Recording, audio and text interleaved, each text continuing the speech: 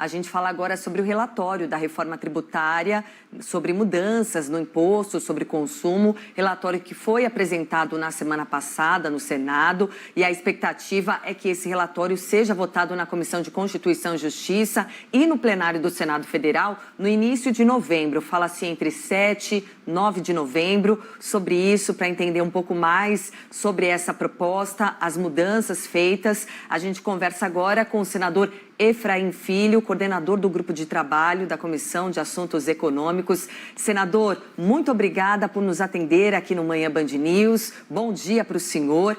Bom, primeiro queria questioná-lo a respeito de algumas críticas que o relatório acabou sofrendo assim que foi divulgado, dizendo que o relatório acabou aumentando muito o número de setores com diminuição de alíquota e desidratando a reforma, a proposta da reforma que segue no Senado. Qual que é o seu ponto de vista a respeito disso, senador?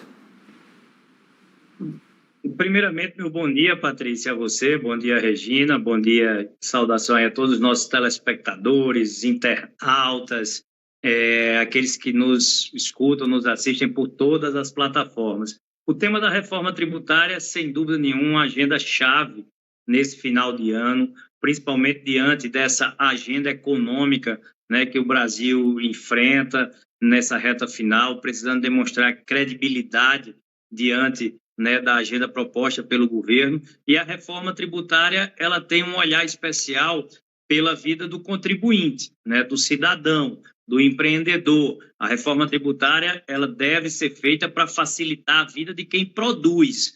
Reforma tributária não é para resolver a vida dos governos, para arrecadar mais e para aumentar imposto. Então, eu acompanhei algumas das análises que foram feitas do relatório do senador Eduardo Braga. O relatório, para mim, me pareceu muito positivo, trouxe, inclusive, muitas das contribuições que a CAE, a Comissão de Assuntos Econômicos, trouxe para o projeto, mexeu ali, por exemplo, no artigo 19, que era o artigo que falava das contribuições estaduais, que trazia alguns receios, trouxe uma redação com mais segurança jurídica do imposto seletivo, que era também um outro grande receio de quem produz. E sobre esse tema específico, Patrícia, que você tratou, das questões setoriais, eu acredito que o texto foi moderado, sim, a partir do princípio que ele soube reconhecer, né, alguns setores que precisam de um tratamento específico, não necessariamente uma alíquota reduzida. Algumas pessoas se equivocaram quando o relator disse tratamento tributário específico, que necessariamente não foi encaixado ali nas alíquotas reduzidas. Vou dar um exemplo. O setor de turismo, por exemplo, que o relator trouxe, é uma vocação econômica do Brasil, só que o Brasil tem índices bem abaixo da média mundial de visitação. A gente pede para a Argentina, a gente pede para a República Dominicana. Então, assim como acontece no mundo todo, existem setores que precisam ter um tratamento tributário diferenciado para poder potencializar a sua atuação. Então, para concluir, o senador Eduardo Braga está com o relatório no rumo certo, e a nossa expectativa é que seja possível votar na semana que vem, sempre para trazer um modelo mais simples, menos burocrático. Hoje caiu o sinal aí com o senador Efraim Filho, que é, aliás, agora sim, senador, bom, finalzinho só acabou caindo da sua fala, pode concluir. Não, só dizendo que a nossa expectativa é que na semana que vem a gente consiga fazer a votação na CCJ de um modelo mais simples, menos burocrático e que facilite a vida de quem produz. Certo, senador. O senhor trouxe aí, então, um pouco da sua percepção em relação a essas atualizações, mas também queria entender com o senhor como é que está a percepção do Senado como um todo ali, uma percepção mais geral. Como que você está sentindo? Regina, eu vejo no Senado uma vontade, sim, de avançar com um tema que já está paralisado há décadas no Brasil. Se não é possível e não é fácil obter consensos, convergências no texto, mas me parece que uma já existe. É de que o atual modelo está esgotado.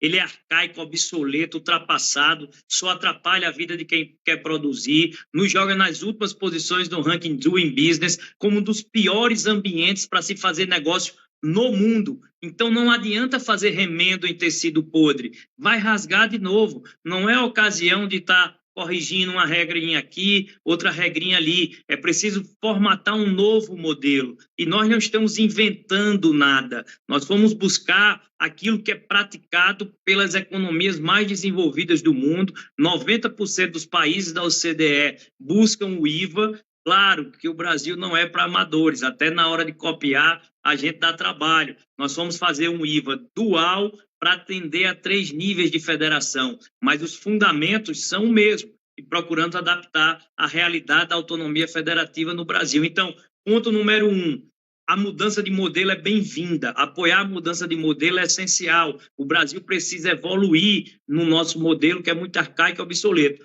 Ponto número 2, aqui no Senado, cuidado com as alíquotas. É aí onde mora o perigo. Não é na mudança de modelo, é sim no tamanho das alíquotas que define a carga tributária, que define quanto vamos pagar de impostos e, portanto, o texto não pode ser um cavalo de Troia para trazer embutido aumento de impostos. Eu acho que aí é o cuidado, se a gente conseguir avançar nesses 2 pontos, né, será um sucesso. Mudar o modelo para um modelo mais simples e menos burocrático, e conseguir ter teto de carga para segurar as alíquotas e que essa mudança de modelo não signifique aumento de impostos para o cidadão, para o contribuinte, para o empreendedor brasileiro.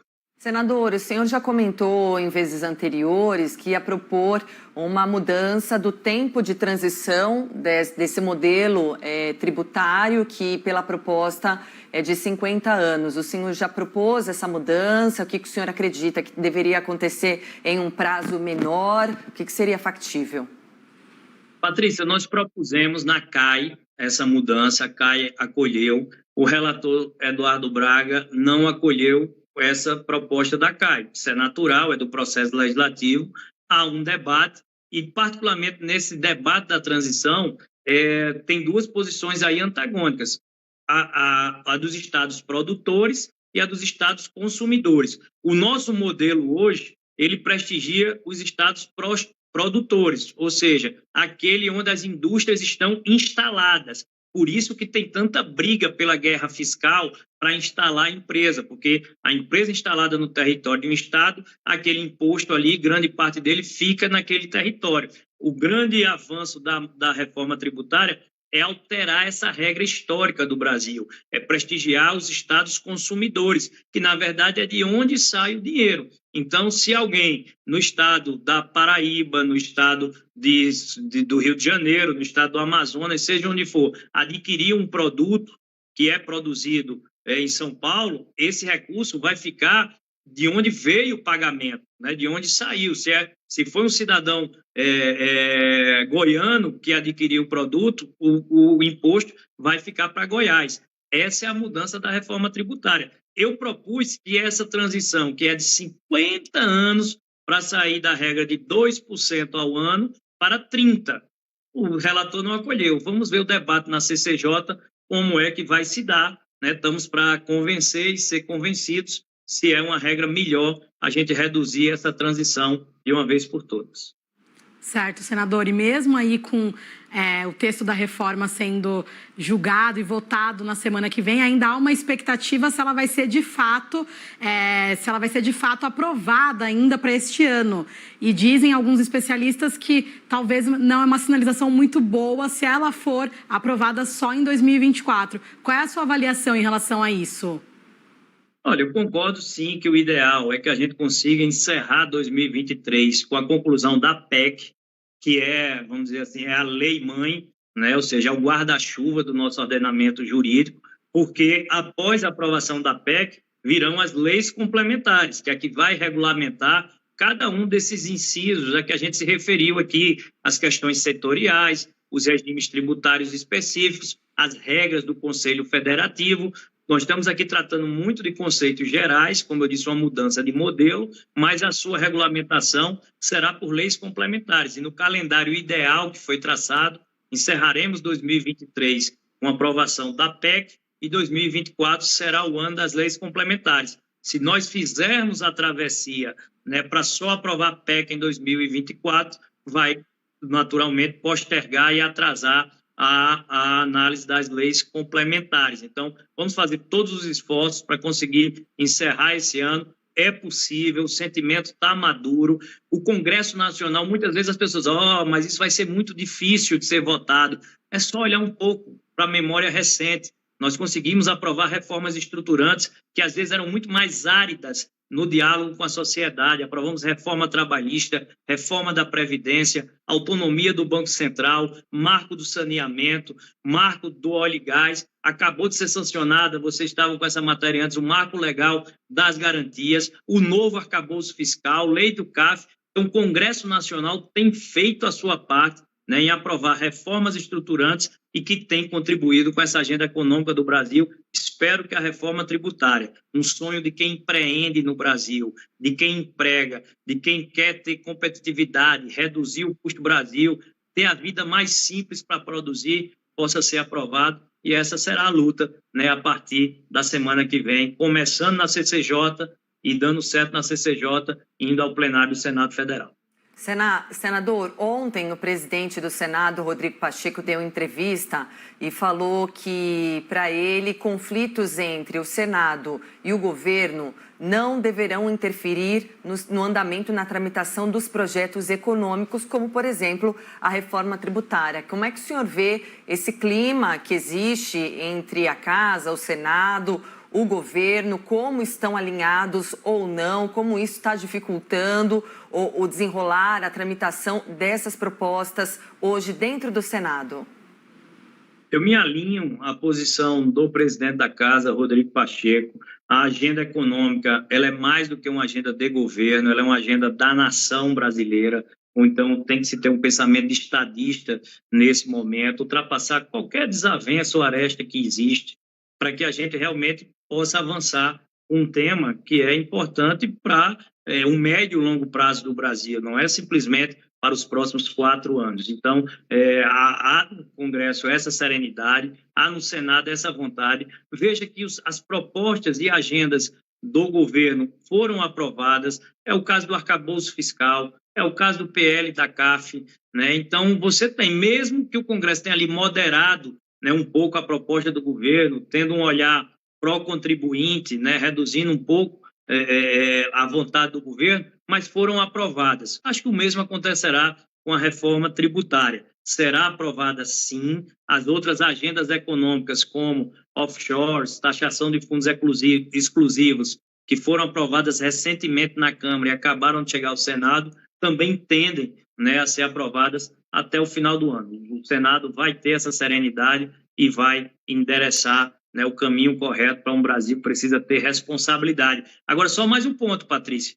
Tem que começar a ficar claro também para o governo. Equilíbrio fiscal não se faz apenas pelo lado da receita, né, aumentando imposto, aumentando carga para arrecadar mais. Estão esquecendo que equilíbrio fiscal também se faz pelo lado da despesa, né? É preciso ter um governo que também interesse, né, para a sociedade mensagens de redução de custos, diminuição das despesas, para encontrar esse equilíbrio. Se o governo quer investir mais, a única forma não é aumentar impostos. Sobra dinheiro se ele também reduzir despesas.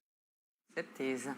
Senador, muitíssimo obrigada pela sua entrevista, seu tempo aqui no Manhã Band News. Ótimo trabalho em Brasília. A gente vai seguir acompanhando por aqui o desenrolar, a tramitação da reforma tributária e, enfim, seguimos também à disposição. Até mais. Com certeza, daqui para a semana que vem vai ter ainda muita conversa, muito bastidor e muitas definições na hora da deliberação e da votação. Uma saudação a todos e um bom dia.